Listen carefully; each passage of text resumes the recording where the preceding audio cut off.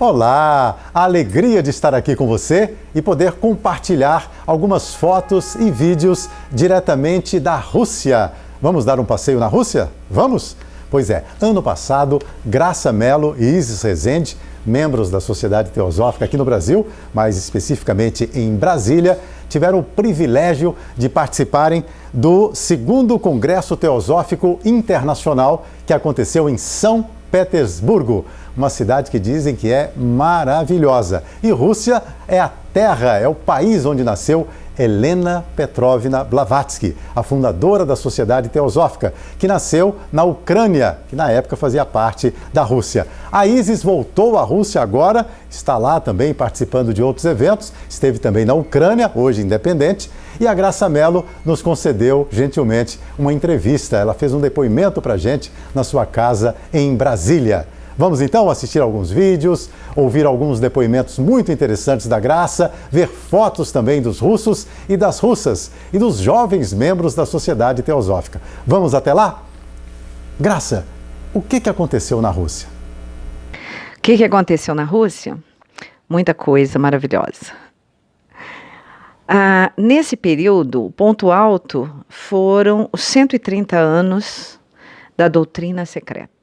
Eles comemoraram, na terra de Blavatsky, eles comemoraram os 130 anos da doutrina secreta juntamente, num evento, junto com o aniversário da Sociedade Teosófica, 17 de novembro.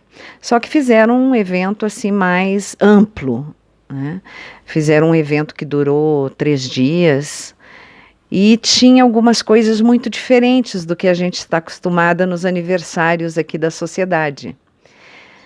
A primeira coisa diferente é que era a terra de Blavatsky. E isso é muito diferente. Diferente e positivamente lembrava, acho, algumas das características essenciais da Blavatsky, que era uma musicista, uma pianista. Lembrava do seu caráter indômito também. A gente via aqueles prédios imensos resistindo ao frio, resistindo a tudo. Ali era um pouco de Blavatsky que resistiu a toda a diversidade para nos presentear hoje com a doutrina secreta e com a Sociedade Teosófica.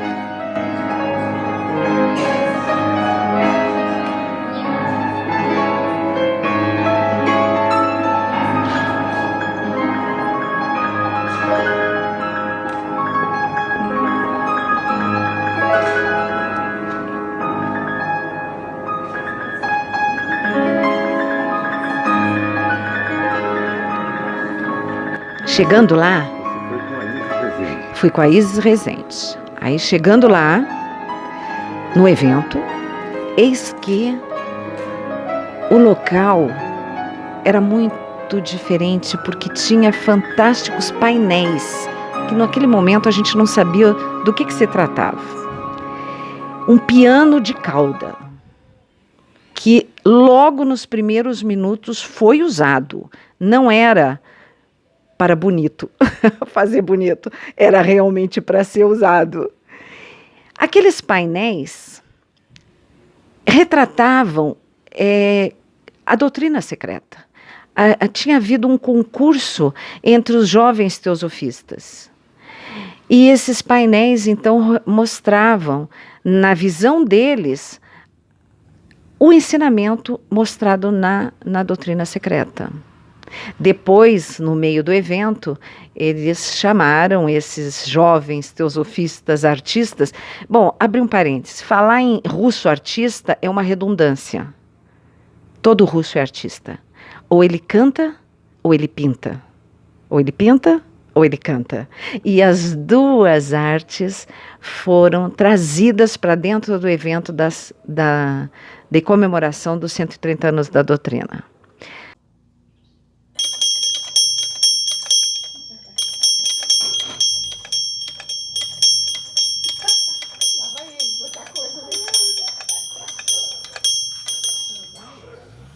Aí chegou a abertura, um belíssimo piano. Bom, na nossa cabeça de brasileiros, ia ser a única parte artística. Não, a parte artística ocorreu no início, antes do almoço, na volta do almoço e na hora de ir para casa. Os 3 dias. E aí era uma apresentação mais bela do que a outra. E o ponto alto, não pela música em si, que foi belíssima, mas pela idade da artista.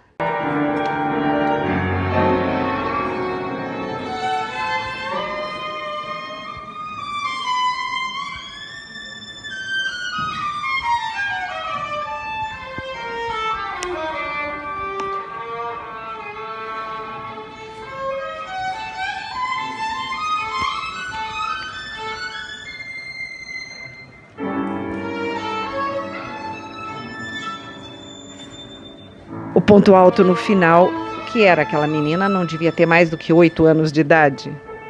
E uma virtuose no violino. Então, outra questão que chamou muita atenção foi que nós passamos, no momento que se punha os pés dentro do recinto, a gente respirava Blavatsky. Nós não falávamos o idioma, nós não sabíamos o que estava sendo dito na maior parte do tempo. Houve tradução para o inglês, né? Mas era tradução só na hora das palestras. As conversas, a gente não entendia, mas a gente sentia que se respirava Blavatsky.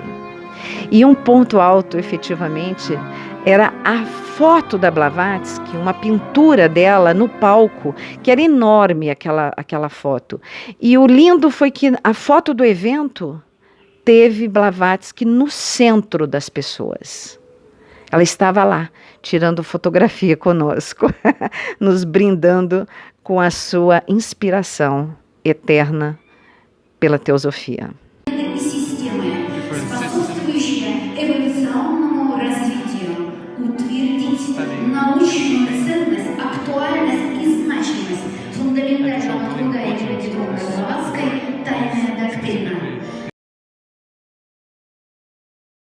A Doutrina Secreta foi publicada em 1888. Já tinha sido publicada Isis Sem Véu. Em Isis Sem Véu, não foram ditas algumas coisas. Então, a Doutrina Secreta. A Doutrina Secreta foi uma obra, é a obra magna da teosofia, da Sociedade Teosófica, a respeito do conhecimento teosófico. Nela, já foram ditas questões, partes do conhecimento que não puderam ser colocados em Isis Sem Véu, que foi a primeira obra. Mas parece que o público da época reagiu tão positivamente que se optou em algum momento, pela publicação da Doutrina Secreta. De tal forma, ela é importante, que Blavatsky estava muito doente, e ela não conseguiria escrever a Doutrina Secreta. Mas o mestre se dirigiu a ela e disse: nós precisamos de você para mais uma coisa. Você quer morrer? Ou você topa ficar mais um tempo? Porque morrer seria uma coisa natural dada a saúde dela, que estava muito precária. Mas ela disse: não, eu vou escrever. E os mestres consertaram Blavatsky. E ela escreveu a Doutrina Secreta. Logo no preâmbulo da doutrina, ela diz o seguinte, logo na introdução, que a doutrina, aquela obra, colocaria para o público somente a parte que era possível da gente entender. A parte que nós não poderíamos entender, que não tinha como, preencheria 100 volumes daquele tamanho. Então nós temos em mãos uma centésima parte do conhecimento. Mas muita gente acha difícil. Como é que a gente vai conseguir ser pessoas aptas ao que não foi dito, se a gente não lê o que foi escrito? Não dá, né? Não dá. Então, essa obra É uma obra que fala da cosmogênese. Como é o universo? Tem gente que acha chato isso. Falar de planeta, falar disso, falar daquilo. Mas eu acho que não há nada mais inspirador do que a gente saber uma velha questão: da onde eu vim. Por que eu vim? A minha casa. Cosmogênese é a nossa casa. E nós, seres humanos, estamos contemplados na parte antropogênese. Quem é você? Para onde você vai? O que você faz? E tem também uma parte imensa, que eu particularmente tenho muita dificuldade. É a parte do simbolismo.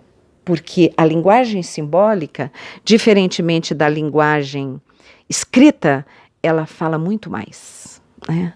Diz muito mais, só que ela é capturada por uma parte da nossa cabeça, da nossa mente, que a linguagem não entra. Então tem um volume inteiro sobre isso. Isso eu estou falando um volume inteiro porque eu estou falando da edição em português.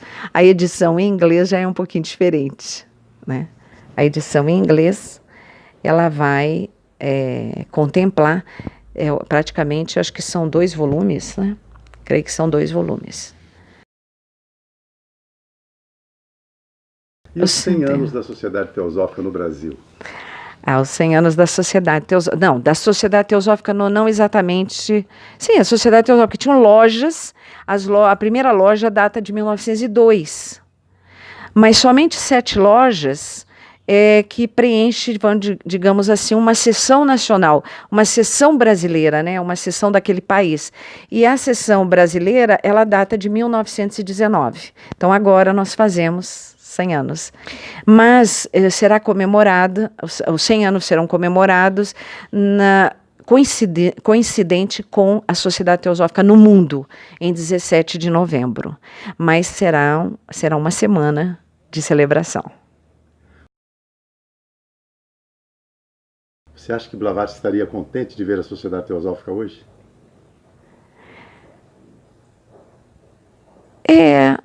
Eu acho que ela ficaria mais contente se a gente fizesse mais. Eu acho que a gente não pode se contentar com o que foi feito, mas sim com o que a gente ainda pode fazer.